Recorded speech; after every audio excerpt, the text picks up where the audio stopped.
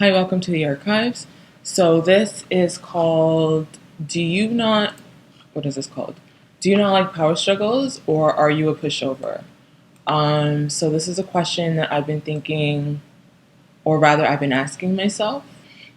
So I've been thinking a lot about letting things go, resistance, flow, and giving power away. Um, I've been known to give a lot of power away. Um,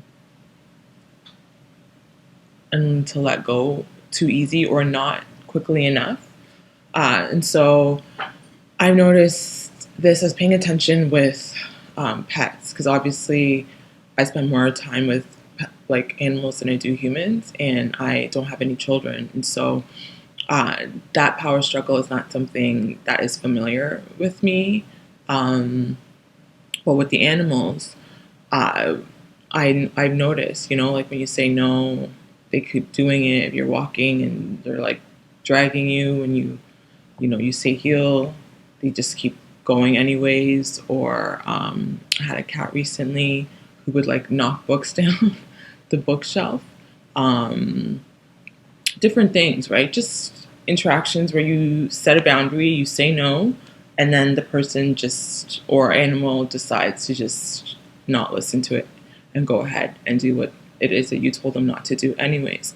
And so in thinking about that, I'm not the most I'm more passive aggressive than I am aggressive, I would say. I don't use physical violence, not in parenting. Well, I don't parent, but um, I don't hit any of the animals. I'm not like an animal cruelty person. I'm not yelling at you either. I think the only time I've really raised my voice is when there was a dog fight, um, and it was really intense, right? But for the most part, that's not my ammo.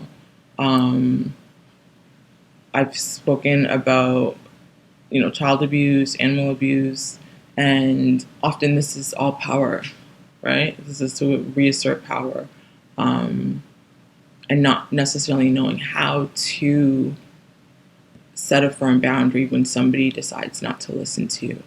And so often I say I don't do power struggles. That was supposed to be the previous blog.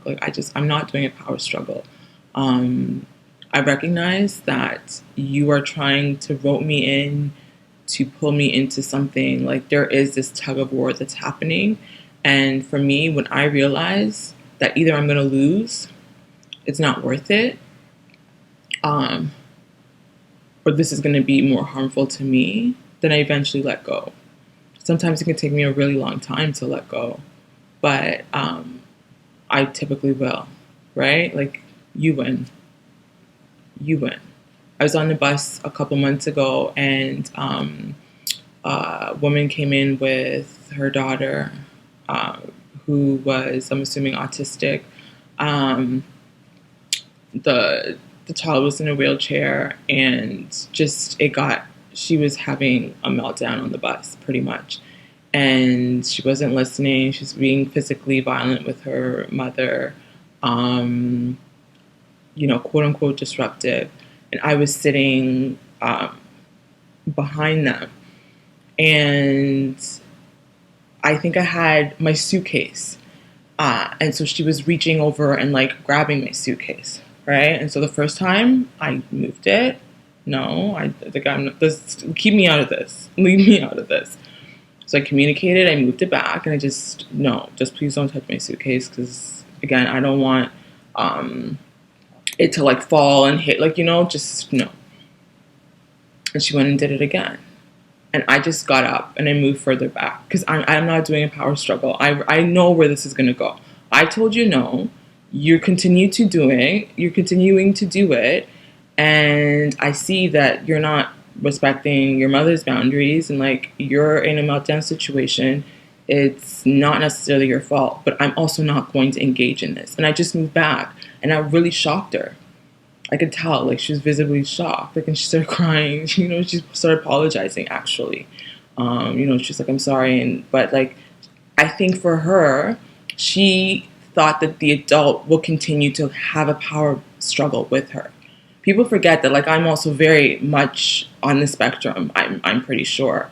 And so I know what that's like. I'm not having a power struggle with you, little girl. Like, I'm not going to do it. I said, no, you're not listening. I'm just going to move back because otherwise I'm going to get frustrated. Like, and I'm not going to have a meltdown with you either. We're not both going to be on this bus making a fool of ourselves. I just moved.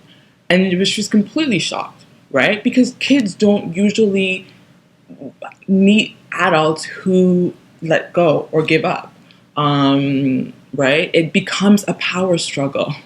And I don't do power struggles. Like, I don't want to be sitting on this bus having an argument with a little child over touching my suitcase, you know? Like, you and your mother can engage in that, and it got really messy. But that tends to be my personality. The cat knocking the books down, I just end up leaving the books. I'm not even going to put the books back anymore for you to keep knocking it down. I just left the books. I will literally just disengage. Heavy with that Aquarius aloof energy. Like, I will just disengage. Completely detach, dissociate. Like, I'm not, for what? And for me, that works sometimes, right? Because that could be a positive thing. But I've also been thinking about whether that is actually a positive thing, or am I just a pushover, right? And so that's something that I've been really thinking about. I've been seeing online, like, gentle parenting debates. Do you gentle parent your child? Do you hit your child? Do you spank your child? Obviously, where I live in Canada, it's illegal. It's child abuse to, like, beat your kids. It doesn't mean we don't do it, right? A lot of cultures still will use punitive physical force to discipline kids across all races. I don't want to make it seem as if it's something that, like, Black people do or Africans do or immigrants do, because I know, like, white people also will beat their kids sometimes or hit and spank them. And I've had friends who grew up in those sorts of abusive situations just as well too, and are dealing with the repercussions of physical violence in their homes. And so I don't want to make it seem as though it's something that, like, Black folks deal with and we're just more violent than the next person. That's not it. All of us struggle with disciplining. All of us struggle with punishment and power struggles, right? When you continuously tell somebody, no, stop, stop, stop, and they just do it anyways, how do you meet that? How do you stop that? I'm in a lot of situations where I've said stop, stop, stop, and it just continues. Almost like decades, years, the same thing, right? It's a power struggle. The person knows that they have more power over you and they can continue to do whatever it is that you're telling them to stop. It's very much a rape culture society, right? And when you say, people are like, oh, it's not rape, it's not the same. She's equating this with rape, and everything is violent all of a sudden, and you guys are weak and soft. And no, no means no. And so if somebody says no and you continue to do it, that's lack of consent. This is essentially what we're talking about, right? And that lack of consent, how do you deal with that lack of consent? For me, in my situations, I tend to just dissociate. Because I cannot, and that very much so has a lot to do with my own childhood traumas, right? Where physically, you're way more bigger than me. I cannot push you off. I cannot stop you. And so as a child, I learned to just don't stop fighting, right? Freeze. I couldn't fight. You can't fight an adult. You could, but you're going to get your ass beat, if not killed, right? So you learn to freeze.